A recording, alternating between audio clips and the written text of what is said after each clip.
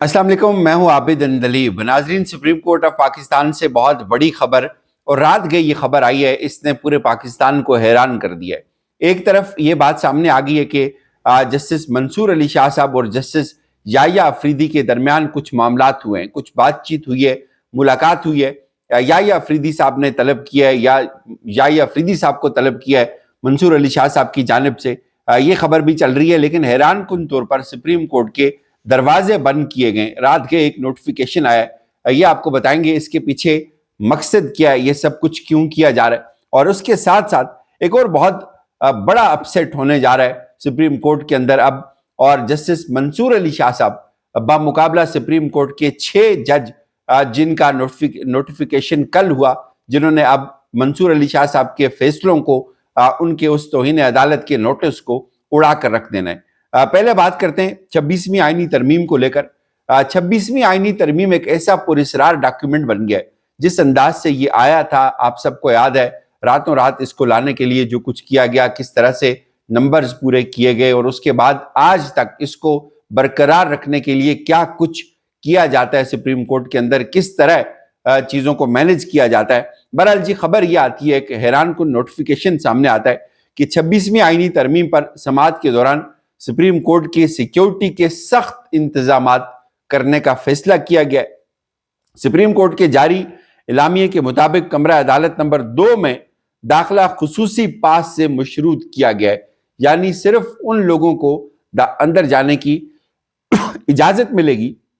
जो मुतलका फ्रीकैन होंगे, फ्रीकैन के वकला होंगे, या सिर्फ और सिर्फ बीट रिपोर्टर्स होंगे। कमरा अदालत नंबर 2 में जहां पे इस केस को सुना जाएगा, वहां पे किसी और फर्द को जाने की इजाजत नहीं होगी सिक्योरिटी के पेश नजर। भाई, सुप्रीम कोर्ट के अंदर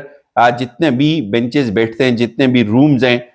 वो तमाम लोग एक ही दरवाजे से होकर जाते हैं और सबकी क्लियरेंस होती है, सबकी सिक्योरिटी होती है। लेकिन ये क्या बात हुई कि सिक्योरिटी के पेश नजर एक खास नौयत का मुकदमा, जिसके ऊपर पूरी सुप्रीम कोर्ट इस वक्त खड़ी है और जिसको लेकर पूरे सिस्टम को उड़ाया गया, बिल्डोज किया गया, अब उस मुकदमे की बारी है तो आप अपनी मर्जी के लोगों को अंदर जाने देंगे और कहा जाएगा कि सिक्योरिटी के पेश नजर। पहली बात तो यह कि ये 27वीं आईनी तरमीम का जो मामला 26वीं का टेकअप जो हुआ है 27 तारीख को, यह बहुत पुरस्कार है। इसके खिलाफ दरखास्तें आई, वकला की आई, कई दरखास्तें आई, किसी को टस से मस नहीं हुई। जाहिर है इसलिए नहीं हुई कि इसके आने के बाद बहुत सारे ऐसे लोगों को नवाजा गया जो वो डिजर्व नहीं करते थे। आप चीफ जस्टिस को देखें, जस्टिस याहिया अफरीदी तीसरे नंबर पे उनको उठाकर चीफ जस्टिस बनाया गया। उसके बाद अमीनुद्दीन खान को देखें, बुकरात असर, बहुत बड़े पाकिस्तान के जज हैं, जिनका एक केस भी जिनके क्रेडिट पे नहीं है आईनी मामलात का, लेकिन उनको आईनी बेंच का सरबराह बनाया गया। बिल्कुल बाईपास किया गया मंसूर अली शाह साहब को, जस्टिस मुनीब अख्तर साहब को, जीनियस तरीन जज है सुप्रीम कोर्ट का। उनके तमाम दुश्मन ये बात मानते हैं, लेकिन उनको आउट ऑफ टर्न लाया गया सुप्रीम कोर्ट के अंदर। कोई दरखास्त टेकअप नहीं हुई, कोई केस 26वीं आईनी तरमीम के ऊपर टेकअप नहीं हुआ। लेकिन हुआ क्या, ये मंसूर अली शाह साहब की बहुत बड़ी कामयाबी है कि मंसूर अली शाह साहब ने बार बार इसको रिमाइंड करवाया, फुल कोर्ट के लिए कहा, कमेटी के अंदर फैसला हुआ, लेकिन याहिया अफरीदी साहब ने वहां भी डंडी मारी, नहीं भेजा। रजिस्ट्रार को लिखा कि इसके ऊपर फुल कोर्ट बिठाएं, रजिस्ट्रार ने वो केस फिक्स नहीं किया। उसके बाद रफ्ता रफ्ता उनका सबर जवाब दे गया और अब बिलाखिर उन्होंने ये केस इसके साथ उसको उठाया। एक कस्टम एक्ट का मामला था, उसके साथ उन्होंने सवाल पूछे कि क्या रेगुलर बेंचेस जो है वो उनसे इख्तियारात छीने जा सकते हैं 26वीं आईनी तरमीम के जरिए। और वो मामला चलते चलते एडिशनल रजिस्ट्रार नजर अब्बास की तौहीन अदालत पर जा पहुंचा। नजर अब्बास साहब को सुप्रीम कोर्ट ने ओएसडी कर दिया और जब उसने अपना जवाब दिया मंसूर अली शाह साहब की अदालत के अंदर, तो उसने कहा, भाई मुझे तो कुर्बानी का बकरा बनाया जा रहा है, मेरा तो इस केस से कोई लेना देना नहीं है, मैंने तो कुछ भी नहीं किया।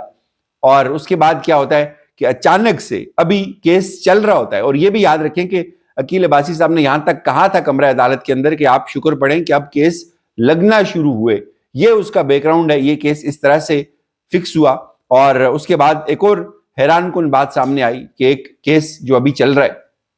यानी तौहीन अदालत का केस अभी चल रहा है, जिसको जस्टिस मंसूर अली शाह साहब सुन रहे हैं, जिसको जस्टिस अकील अब्बासी साहब सुन रहे हैं सुप्रीम कोर्ट के अंदर। اور اس کیس کے چلنے کے دوران ہی ایک بندہ ایڈیشنل رجسٹرار نذر عباس سپریم کورٹ کے اندر اپنا جواب جمع کروا کر یہ کہتا ہے، دن میں یہ کہتا ہے وہ کہ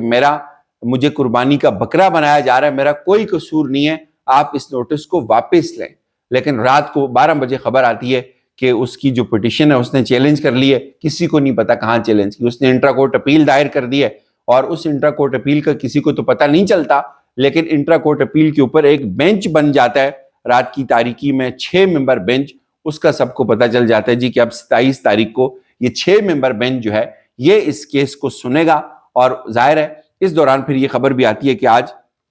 جو محفوظ فیصلہ ہے جو سنایا جانا تھا، جس کا امکان ظاہر کیا جا رہا تھا، سپریم کورٹ نے توہین عدالت کا جو معاملہ ہے اس کو محفوظ کیا ہوا ہے، وہ کیوں نہیں سنایا گیا۔ کہا جاتا ہے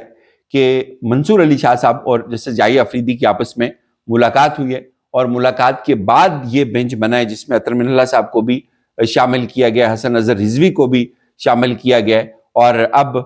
کچھ لوگوں کا یہ دعویٰ ہے کہ اس ملاقات کے بعد شاید چیزوں کو اب ٹھیک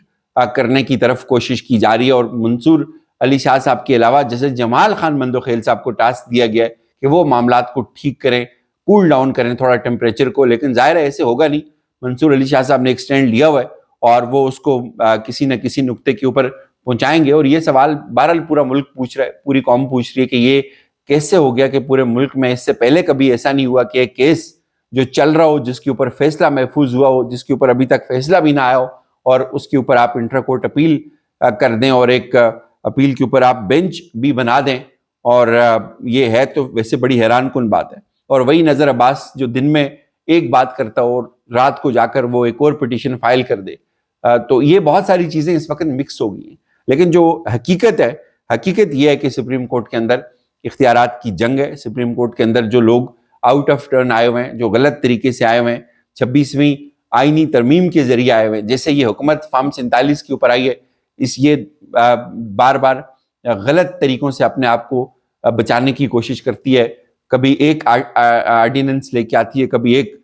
ترمیم لے کے آتی ہے۔ اسی طرح سپریم کورٹ کے اندر جو بیٹھے ہوئے ججز ہیں وہ بھی فارم 47 ٹائپ ججز ہیں، اور وہ بھی بڑے شیشے کے گھروں میں رہتے ہیں، ان کو بھی مشکل پیش آتی ہے، وہ بھی پھر سہارا لیتے ہیں، کبھی حکومت کا سہارا لیتے ہیں، یعنی حکومت بھی کہتی ہے فل کورٹ نہ بناؤ، اور سپریم کورٹ کے وہ ججز جو اس آئینی ترمیم کے ذریعے بنے، جن کو اختیارات ملے، جن کو وہاں پہ عزت ملی ہے، وہ بھی یہ کہتے ہیں کہ فل کورٹ نہ بناؤ۔ ان کو اس بات کا بھرپور ادراک ہے کہ اگر فل کورٹ بن گیا تو معاملہ گلے پڑ جائے گا، ہماری کرسیاں چلی جائیں گی۔ پھر ان کو اس بات کا احساس ہے کہ اگر یہ فل کورٹ بن گیا تو بات بہت آگے تک چلی جائے گی، وہ یہ سب کچھ ریورس ہو سکتا ہے۔ اور سپریم کورٹ کے اندر ایگزامپلز ہیں، سپریم کورٹ